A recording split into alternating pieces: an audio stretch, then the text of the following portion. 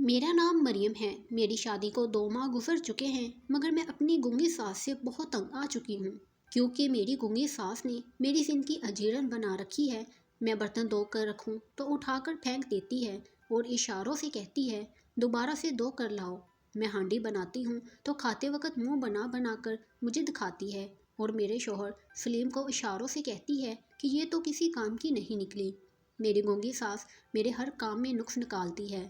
2 ماہ میں ہی میرا رنگ کالا سیاہ ہو گیا، لگتا بھی نہیں کہ میں ایک نئی نویلی دلہن ہوں، اور اوپر سے یہ کہ میرے شوہر سلیم کی نوکری بھی چلی گئی۔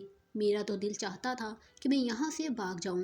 پتہ نہیں میری ماں نے سلیم میں کیا دیکھا تھا جو اس سے مجھے بیاہ دیا۔ خیر، آج سلیم گھر آئے تو بہت خوش تھے، کہنے لگے میری نوکری لگ گئی ہے۔ پھر مجھے کہا کہ آؤ چلو تمہیں باہر کھانا کھلانے کے لیے لے جاؤں۔ میں بڑی خوش ہوئی جب سلیم نے اپنی ماں کو یہ بات بتائی تو ان کے چہرے کا رنگ اڑ گیا، اور وہ اشاروں سے کہنے لگی ان چونچلوں کی بھلا کیا ضرورت ہے، بیوی کو گھر بٹھاؤ اور خود جا کر کوئی نہ کوئی چیز لے آؤ، ہم لوگ گھر میں ہی کھا لیں گے۔ مگر سلیم کہنے لگے کہ میں مریم کو باہر لے جا کر کچھ کھلانا چاہتا ہوں، آپ کے لیے بھی الگ سے لے آؤں گا، پیسوں کی اب کوئی کمی نہیں ہوگی۔ یہ کہہ کر سلیم میرا ہاتھ پکڑ کر باہر جانے لگے کہ میری ساس نے پھر سے شور ڈال دیا۔ وہ وویلا کرنے لگی اور اشاروں سے سلیم کو کہنے لگی کوئی ضرورت نہیں اس چڑیل کو باہر لے کر جانے کی، اگر تم اسے لے کر گئے تو پھر میری لاش پہ گزرنا ہوگا۔ کیوں اماں، کیوں لاش پہ گزرنا ہوگا؟ سلیم نے حیرت سے پوچھا۔ میں اپنی حق حلال کی بیوی کو اپنے حق حلال کے رزق سے کھلانے لے کر جا رہا ہوں، آپ کو اس میں مسئلہ نہیں ہونا چاہیے۔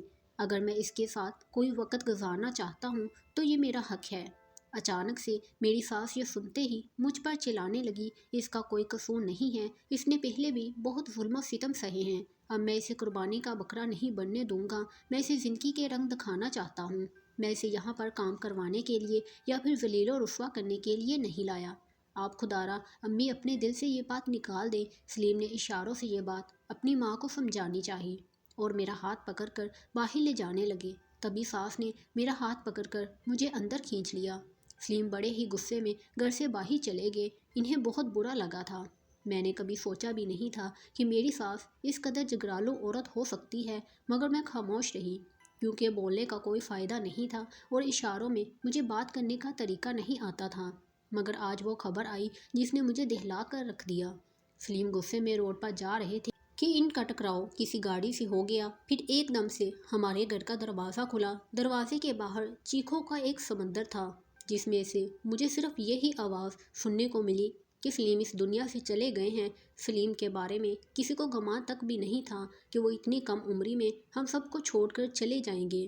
اپنی ماں سے غصہ کرنے کے بعد سلیم سڑک پر تیزی سے جا رہے تھے تو گاڑی نے ان کو ٹکر مار دی تھی اور وہ اس دنیا سے چلے گئے۔ بس یہ خبر پورے محلے میں آگ کی طرح پھیل گئی تھی۔ میری ساس بہت ہی برے طریقے سے شور کرتے ہوئے رو رہی تھی، جبکہ میں خود بھی بہت پریشان تھی۔ میرے تو سر سے میرے سرتاج کا سایہ ہی اٹھ چکا تھا۔ میری سوتیلی ماں نے بھی مجھے بوجھ سمجھ کر سر سے اتار پھینکا تھا، اب تو میں کہیں جا بھی نہیں سکتی تھی۔ انہوں نے شادی کے وقت مجھ سے کان میں ایک ہی بات کہی تھی جو کہ مجھے اب تک یاد تھی کہ اب تو تمہاری اس گھر میں صرف لاش ہی آنی چاہیے، تم زندہ اس گھر میں واپس کبھی مت آنا، اپنے شوہر کے ساتھ نبھا کر رکھنا، میں دوبارہ تمہاری شکل نہیں دیکھنا چاہتی۔ سوتیلی ماں کی اس بات نے میرے دل کے دروازے ہمیشہ ہمیشہ کے لیے بند کر دیے تھے۔ باپ تو میرا نشئی تھا، اسے تو پہلے بھی میری فکر نہیں تھی، اب میرے پیچھے تو کوئی نہیں تھا، مجھے اپنے سسرال میں ہی نبھانی تھی۔ میں یہی سوچ کر آئی تھی کہ کچھ بھی ہو جائے اپنی ساس اور اپنے شوہر کو ناراض نہیں کروں گی، مگر یہاں تو سائبان ہی چھن گیا تھا، وہ ہاتھ جو میرے سر پر تھا اب اٹھ گیا تھا۔ ظالم دنیا ایک بار پھر مجھے دبوچنے کے لیے کھڑی تھی۔ میرا رو رو کر برا حال ہو گیا۔ گونگی ساس نے اشاروں سے سب کو یہی بتایا کہ میں اپنے شوہر کی قاتل ہوں، کیونکہ آخری بار جب وہ گھر سے گیا تھا تو میری وجہ سے اس کی لڑائی ہوئی تھی۔ وہ بہت غصے میں تھا، مایوس ہو کر گھر سے نکلا تھا، حالانکہ یہ سب کیا دھرا میری ساس کا تھا۔ نہ ہی وہ غصہ کرتی اور نہ یہ حادثہ ہوتا۔ مائیں تو اپنے نوجوان بیٹے کی موت پر افسوس کرتی ہیں، اس کے ایصال ثواب کے لیے دعا کرتی ہیں، مگر میری ساس مزید گڑھے کھود رہی تھی جس میں وہ چاہتی تھی کہ میں ہی گروں۔ خیر سے افسوس ختم ہو گیا تھا۔ سب اپنے اپنے گھروں کو چلے گئے اور ابھی 3 4 دن ہی گزرے تھے تو میری ساس کی نظریں مجھ پر پڑنے لگی۔ وہ روز چیخ چیخ کر میرا برا حال کر دیتی، ہاتھ کے اشاروں سے کہتی، تم اب یہاں کیا کر رہی ہو؟ نکل جاؤ میرے گھر سے۔ پہلے تم اپنی سگی ماں کو کھا گئی اور اب میرے بیٹے کو کھا کر بھی کیا تم کو سکون نہیں آیا؟ منحوس، میں تمہیں اس گھر میں ایک دن بھی نہیں رہنے دوں گی۔ ساس کا غصہ دیکھ کر میرا دل کانپ اٹھتا تھا اور مغرب کا وقت تھا۔ میں کہاں جاتی؟ اکیلی، یتیم، بے سہارا اور بیوہ عورت رات کے وقت کہاں جا سکتی ہے جب کہ اس کا کوئی میکا بھی نہ ہو اور سسرال والے گھر رکھنے پر تیار نہ ہوں؟ میں بہت مایوس ہو گئی تھی۔ میں ساس کو اشاروں میں کہا کہ آپ مجھے ایک رات کا وقت دے دیں، میں صبح ہوتے ہی یہاں سے چلی جاؤں گی۔ مگر ان پر تو جیسے میری کسی بات کا اثر ہی نہ ہو رہا ہو، بس وہ ایک ہی اشارہ کر رہی تھی کہ اسی وقت میرے گھر سے نکل جاؤ ورنہ میں تجھے مار دوں گی۔ تو منحوس ہے، میرے بیٹے کو کھا گئی ہے، میں کیسے تجھے رکھ لوں؟ میری ساس کی آنکھیں غصے میں لال ہو گئی تھیں۔ میں روتی ہوئی اپنے کمرے میں چلی گئی اور اپنا سامان باندھنے لگی۔ میں نے سوچا کہ صبح ہوتے ہی اس گھر سے چلی جاؤں گی، شاید یہ میری غلط فہمی تھی۔ رات کا کھانا پکنے سے ذرا پہلے میری ساس پھر میرے کمرے میں آئی اور پھر چیخنے لگی، اشاروں میں کہنے لگی، تو ابھی گئی نہیں یہاں سے؟ میں نے تجھے کہا تھا نا کہ نکل جا یہاں سے۔ میں اس وقت کہاں جاؤں گی اماں جی؟ میں نے روتے ہوئے کہا۔ مگر انہیں تو میری کوئی بھی بات سمجھ میں نہیں آ رہی تھی۔ وہ اشاروں سے کہنے لگی، میں کیا جانوں کہاں جائے گی، جہاں سے آئی تھی وہیں جا، اس سے پہلے کہ میں تیرا سامان اٹھا کر پھینکوں خود یہاں سے چلی جا۔ ساس نے غصے میں ہاتھ کے اشاروں سے کہا تو میں سمجھی کہ وہ ایسا نہیں کریں گی، صرف دھمکی دے رہی ہیں۔ مگر یہ بھی صرف میری خوش فہمی تھی۔ اگلے ہی لمحے انہوں نے میرا سامان نکال کر گلی میں پھینک دیا۔ میرے پاس ایک چھوٹا سا بکسا ہی تھا جس میں میری تمام ضروریات کی چیزیں تھیں۔ زیور تو وہ پہلے ہی مجھ سے لے چکی تھی کیونکہ ان کا بیٹا جو مر گیا تھا اور میری بیوی کا ان کا کوئی خیال نہیں تھا۔ رات 9 بجے میں اپنے گھر سے نکل کر باہر گلی میں بیٹھ گئی۔ یہاں پر ہر آنے جانے والا مجھے گھور رہا تھا۔ میں نے سوچا میں تھوڑا سا آگے جا کر بیٹھ جاتی ہوں۔ اب تقریباً رات کے 10 بج چکے تھے۔ اسٹریٹ لائٹ کی ہلکی پیلی مدھم روشنی میں میں آگے چلی جا رہی تھی۔ تھوڑی ہی دور جا کر دیکھا تو ایک آدمی کھڑا تھا جو مجھے بری طرح سے گھورے جا رہا تھا۔ میں اسے دیکھ کر سمجھی کہ شاید یہ مجھے نہیں دیکھ رہا، بس میرا وہم ہے۔ مگر چند لمحے میں وہاں پر کھڑی رہی تو اس نے سر سے پاؤں تک مجھے گھورنا شروع کر دیا۔ یہ دیکھ کر مجھے بہت عجیب سا لگ رہا تھا۔ میں بہت ڈر گئی تھی۔ میں وہاں سے گلی مڑی اور اگلی گلی میں آ گئی۔ یہ قدرے کھلی گلی تھی جہاں سے مین روڈ کا راستہ جاتا تھا، مگر وہاں بھی وہ آدمی میرے پیچھے پیچھے آ گیا تھا۔ اگرچہ وہ ایک ٹانگ سے لنگڑا تھا مگر پھر بھی اس کی ہوس ایسی تھی کہ وہ میرا پیچھا کرتے کرتے دوسری گلی میں آ گیا۔ میرا دل بہت گھبرا رہا تھا اور پھر اچانک مجھے دھچکا سا لگا جب وہ بالکل صحیح دوڑتا ہوا میرے قریب آ گیا۔ دراصل وہ لنگڑا نہیں تھا، وہ مجھے دھوکہ دینے کے لیے لنگڑا کر چل رہا تھا۔ جب اس نے اپنی رفتار تیز کی تو میرا دل کسی سوکھے پتے کی طرح کانپنے لگا۔ میں اس کے آگے آگے بھاگنے لگی، یہاں تک کہ میں ایک بڑے کھلے گھر کے دروازے سے اندر داخل ہو گئی۔ دروازے کے باہر ایک چوکیدار تھا اور یہ ایک بہت بڑا گھر تھا۔ میں نے اس کے اندر داخل ہوتے ہی دیکھا ہر طرف روشنیاں جل رہی تھیں۔ میرے دل کو امید ملی کہ میں کسی اچھی جگہ پر آ گئی ہوں، کیونکہ مین روڈ سے بھی کافی راستہ آگے جا کر یہ گھر آتا تھا۔ وہ آدمی وہاں سے اندر داخل نہیں ہو سکتا تھا کیونکہ اس گھر کے دروازے پر چوکیدار کھڑا تھا۔ چوکیدار نے مجھے عجیب سی نظروں سے اندر آتے ہوئے دیکھا مگر اس نے مجھے منع نہیں کیا تھا اور دروازہ بھی تھوڑا سا کھلا ہوا تھا۔ میں اتنی خوفزدہ اور ڈری ہوئی تھی کہ میں دروازے سے یوں اندر آئی جیسے کوئی بلی کسی تنگ سی جگہ سے گزرتی ہے۔ میں فوراً اس گھر میں داخل ہو گئی اور اس چوکیدار کی منت سماجت کرنے لگی، خدا کے لیے مجھے بچا لو، میرے پیچھے گنڈا لگا ہوا ہے۔ چوکیدار نے مجھے تعجب سے دیکھا اور پھر بولا، وہ سامنے کمرے میں چلی جاؤ۔ میں حیران ہو گئی، اس نے مجھے بالکل بھی روکا نہیں تھا۔ سامنے کمرے میں گئی تو وہاں ایک عورت کرسی اور میز کے ساتھ بیٹھی ہوئی تھی۔ میں اسے دیکھ کر حیران رہ گئی۔ اس نے مجھ پر بالکل بھی غصہ نہیں کیا، کہنے لگی، بیٹھ جاؤ۔ میں سامنے کرسی پر بیٹھ گئی۔ وہ عورت مجھ سے میرے گھر کے حالات پوچھنے لگی۔ رات کے اس پہر بھی وہ عورت بہت ہی تر و تازہ لگ رہی تھی۔ کیا بات ہے؟ تم اتنی پریشان کیوں ہو؟ اتنی پریشان لگتی ہو؟ میں نے اسے اپنی ساری کہانی سنا دی۔ پھر وہ بولی، یہ دارالامان ہے، یہاں سب ایسی عورتیں ہی آتی ہیں، یہاں عورتوں کو حفاظت ملتی ہے۔ اگر تم کسی ایسے گھرانے سے آئی ہو تو فکر مت کرو، میں تمہاری حفاظت کی ذمہ دار ہوں۔ ہم یہ ادارہ گورنمنٹ کے تحت چلا رہے ہیں، ہمیں امداد کرنے والے بہت سارے لوگ ہیں اور ایسی تنظیمیں بھی جو عورتوں کے حقوق کی حفاظت کرتے ہیں۔ تم یہاں رہو، تمہیں کسی قسم کا کوئی ڈر نہیں ہوگا۔ اگر اپنا شناختی کارڈ ہے تو وہ جمع کرا دو۔ میں نے اسے اپنے چھوٹے بستے سے شناختی کارڈ نکال کر دے دیا اور کہا کہ میں یہاں رہنا چاہتی ہوں۔ اس عورت نے مجھے اوپر والے کمرے میں جانے کا کہا اور پھر ایک چھوٹی لڑکی کو میرے ساتھ بھیج دیا جو مجھے اوپر والی منزل پر لے کر آ گئی۔ میں وہاں پہنچی تو یہ دیکھ کر حیران ہوئی تھی کہ وہاں میری جیسی کئی عورتیں تھیں۔ ان سب کے چہروں پر دکھ کی کہانی لکھی ہوئی تھی اور وہ سب مجھے دیکھ کر حیران نہیں ہوئی تھیں، کیونکہ یہاں آئے روز کوئی نہ کوئی عورت کا اضافہ ہی ہوتا رہتا تھا۔ میں سامنے کرسی پر بیٹھ گئی، سب عورتیں میرے قریب جمع ہو گئیں، مجھ سے میری کہانی پوچھنے لگی۔ میں نے انہیں بتایا کہ مجھے شوہر کی موت کے بعد میری گونگی ساس نے گھر سے نکال دیا تھا۔ وہ افسوس کرنے لگیں اور بولی یہاں ہم سب مل کر رہیں گے۔ مجھے یہ سب بہت اچھا لگ رہا تھا، میں بھی وہاں پر خوش ہو گئی کہ چلو مجھے ایک پناہ گاہ تو مل گئی ہے جہاں میں اپنی زندگی کے باقی دن آرام و سکون سے گزار سکتی ہوں۔ مگر یہ میری خوش فہمی تھی، میں نے اس رات ہی ایک عجیب سا منظر دیکھا تھا۔ جب سب عورتیں سو گئی، رات کے تقریباً 12 بجے تھے، مجھے دیر سے سونے کی عادت تھی، تبھی مجھے دارالامان کے دوسرے فلور پر جہاں ہم سب لوگ موجود تھے اور تمام لڑکیاں سو رہی تھی، ایک عجیب سی ہلچل سی محسوس ہوئی۔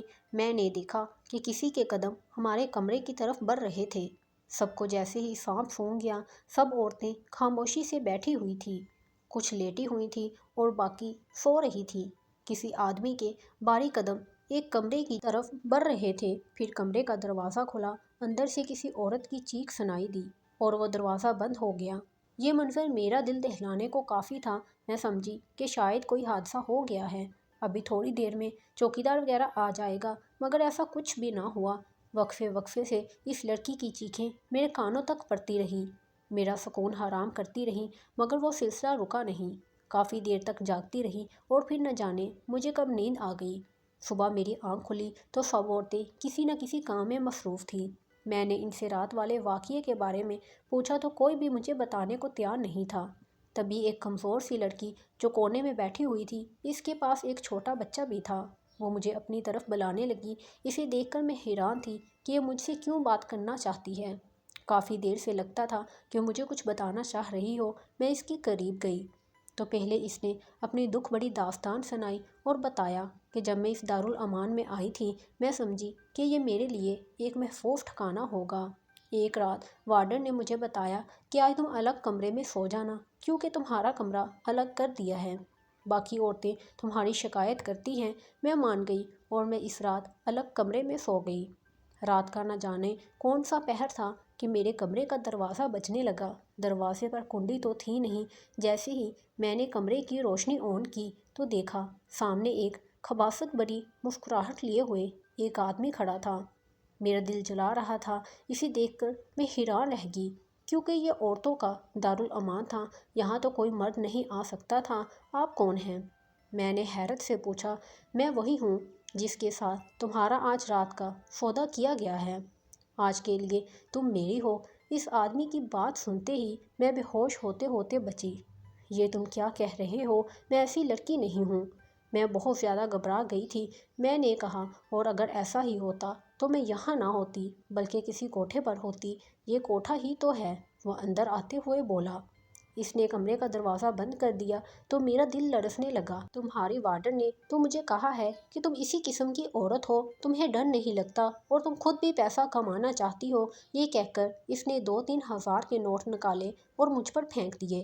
میں نے اس کے چہرے پر تھوک دیا اور غصے سے بولی، تم کو شرم نہیں آتی؟ میں 3 ماہ کی حاملہ ہوں، میں بڑی مجبوری میں یہاں آئی ہوں۔ میں یہاں پر اپنی عزت بچا کر اس لیے آئی تھی کہ یہاں عورتوں کو تحفظ ملے گا، مگر تم تو بھیڑیے نکلے۔ اور یہ عورت جو میرا سودا کر رہی ہے، یہ کتنی خراب اور کتنی بدبخت عورت ہے، جس نے 1 ماہ کا سودا کیا ہے، یہ بھی نہیں سوچا کہ وہ کس درد سے گزر رہی ہے۔ وہ آدمی ایک دم سناٹے میں آ گیا اور کہنے لگا، مجھے معاف کر دو، میں یہ نہیں جانتا تھا، میں لاکھ برا سہی، مگر آج تک میں نے کسی کا مجبوری کا فائدہ نہیں اٹھایا۔ میں گناہ بھی اسی کے ساتھ کرتا ہوں جو خود گناہ کرنے پر راضی ہو۔ میں ایک وقت میں 2 گناہ نہیں کر سکتا، کسی کا دل نہیں توڑ سکتا۔ وہ آدمی یکدم اپنے دل پر ہاتھ رکھ کر مجھ سے معافی مانگنے لگا تھا۔ مجھے اس میں بہت ساری انسانیت نظر آئی۔ میں نے اسے جاتے جاتے روک لیا۔ سنو، کیا تم میری مدد کرو گے؟ میری بات پر وہ چونک گیا۔ میں کیسے تمہاری مدد کروں؟ تم مجھ سے نکاح کر لو، مجھے یہاں سے لے جاؤ۔ میں نے تڑپتے ہوئے کہا تھا، میں کیسے نکاح کر سکتا ہوں؟ تم ایک بچے کی ماں بننے والی ہو اور ابھی تمہارا نکاح نہیں ہو سکتا۔ اس آدمی نے کہا تو میں سوچ میں پڑ گئی۔ میں بولی، کیا میرا بچہ ہونے کے بعد تم مجھ سے نکاح کرو گے؟ تب وہ بولا، ہاں، ایک شرط پر نکاح کروں گا کہ میں تمہیں اپنے گھر نہیں لے جاؤں گا۔ میں یہ سن کر بہت حیران ہوئی۔ اس نے کہا، میں اپنے نئے مکان میں رکھوں گا، تمہارے پاس کم آؤں گا، مگر تمہارا خرچہ پورا اٹھاؤں گا، عزت کی روٹی دوں گا۔ یہ کہہ کر وہ میرے سامنے بیٹھ گیا۔ مجھے منظور ہے، بس مجھے یہاں سے نکلنا ہے۔ میں نے ایک بار پھر کہا تو وہ کہنے لگا، ہاں، ظاہر ہے بعد میں تمہیں یہاں نہیں رکھوں گا۔ وہ آدمی بولا تو میرے دل میں امید کی کرن جاگی تھی۔ ٹھیک ہے، تم اب جا سکتے ہو۔ جب 7 مہینوں کے بعد میرا بچہ پیدا ہوگا تو خدا را دوبارہ آنا، اور ابھی کے لیے اس عورت کو کچھ پیسے دے جاؤ۔ تم ایک اچھے انسان لگتے ہو، میں ساری عمر تمہاری خدمت کروں گی۔ اگر تم اسے پیسے دے جاؤ گے تو یہ میرا دماغ نہیں کھائے گی، ورنہ مجھے کسی اور مرد کے سامنے پیش کر دے گی۔ میں نہیں جانتی تھی کہ یہ عورت ایسی ہے اور اس کردار کی مالک ہے۔ مجھے معاف کر دو، وہ آدمی بولا اور جاتے ہوئے دروازہ بند کر گیا۔ میں سکون سے بیٹھی سوچ رہی تھی کہ یہ وارڈن نے کیا کیا؟ کیا اسے ہم سب کا پیٹ پالنے کے لیے کسی کی عزت کا سودا کرنے کی ضرورت ہے؟ میں اس پر برس پڑی تو وہ بولی، میں نے تمہاری عزت کا سودا نہیں کیا، میں یہاں پر تم سب لوگوں کا پیٹ ایسے ہی پالتی ہوں۔ اب تم ہی تو بتاؤ میں اتنا پیسہ کہاں سے لاؤں؟ تم نے تو کہا تھا اس ادارے کو چلانے کے لیے لوگ پیسے دیتے ہیں۔ میں نے پوچھا تو وہ ہنس کر بولی، اچھا، لوگوں نے کیا تم اس عورتوں کا ٹھیکہ لے رکھا ہے؟ طلاقیں تم لوگ لو اور خرچہ وہ لوگ کریں۔ باقی تمہاری بات ٹھیک ہے، جو لوگ مجھے خرچہ دیتے ہیں وہ رات کی تنہائی میں آ کر کچھ فائدہ بھی تو اٹھاتے ہیں۔ اس کی بات سن کر میں تو جیسے چپ ہی ہو گئی تھی۔ آج میرے بچے کو پیدا ہوئے 4 دن گزر چکے ہیں۔ اس آدمی نے وارڈن کو بہت سے پیسے دیے تھے۔ اب تو خیر وہ مجھے کسی ایسے سودے کے لیے پیش نہیں کر سکتی تھی، مگر تم اس سے بچ کر رہنا۔ میرا تو وہ ہمدرد آنے ہی والا ہوگا جس نے مجھ سے کہا تھا کہ وہ مجھے عزت کی زندگی دے گا۔ اگر تم چاہو تو میں تمہارا بھی بندوبست کر سکتی ہوں۔ کیا مطلب؟ میں کچھ سمجھی نہیں۔ میں نے حیرت سے پوچھا، مطلب یہ کہ میں چاہتی ہوں تم بھی اسی سے نکاح کر لو۔ نہیں بہن، میں تمہارا سکون کیوں خراب کروں؟ خدا تمہیں تمہاری شادی مبارک کرے۔ یہ کہہ کر میں وہاں سے اٹھ آئی۔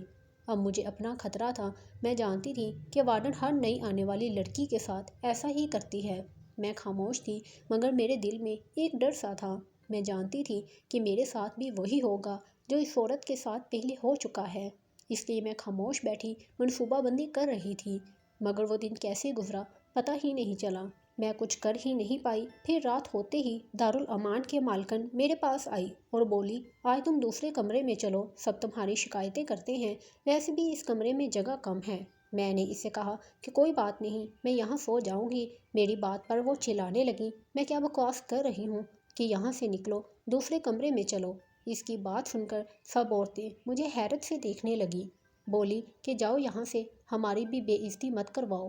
مجبوراً میں اس کمرے سے نکلی تو اس نے مجھے دوسرے کمرے میں لا پٹکا اور بولی، اب سے تم یہی رہو گی۔ اس کی بات سن کر میں سمجھ گئی کہ اب یہ میرے ساتھ کیا کرنا چاہتی ہے۔ میں خاموشی سے اسے دیکھنے لگی، تب وہ وہاں سے چلی گئی۔ ابھی 1 گھنٹہ ہی گزرا تھا کہ میں نے وہاں سے بھاگنے کا ارادہ کیا۔ ویسے بھی مرکزی دروازہ ہر وقت کھلا ہی رہتا تھا۔ میں اپنے کمرے میں بیٹھی سوچ ہی رہی تھی کہ میں کیا کروں کہ اسی وقت مجھے بھاری قدموں کی آواز سنائی دی۔ میں نے آؤ دیکھا نہ تاؤ اپنا سب کچھ چھوڑ چھاڑ کر وہاں سے نکل پڑی۔ دروازے سے نکلتے ہوئے ہلکی سی آواز پیدا ہوئی تھی۔ وہ قدم میری طرف بڑھ رہے تھے، مگر اندھیرے میں وہ مجھے دیکھ نہیں سکتے تھے۔ وہاں ایک آدمی تھا جو سیدھا اسی کمرے کی طرف چلا گیا، جبکہ میں راہداری سے گزرتی ہوئی سیڑھیاں اتر کر نیچے آ گئی، مرکزی دروازہ پار کیا اور وہاں سے دور نکل پڑی۔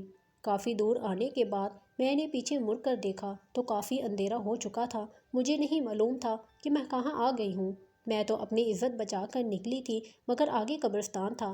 مجھے ایک بار پھر کسی کا سایہ محسوس ہوا تو میں جلدی سے قبرستان میں داخل ہو گئی۔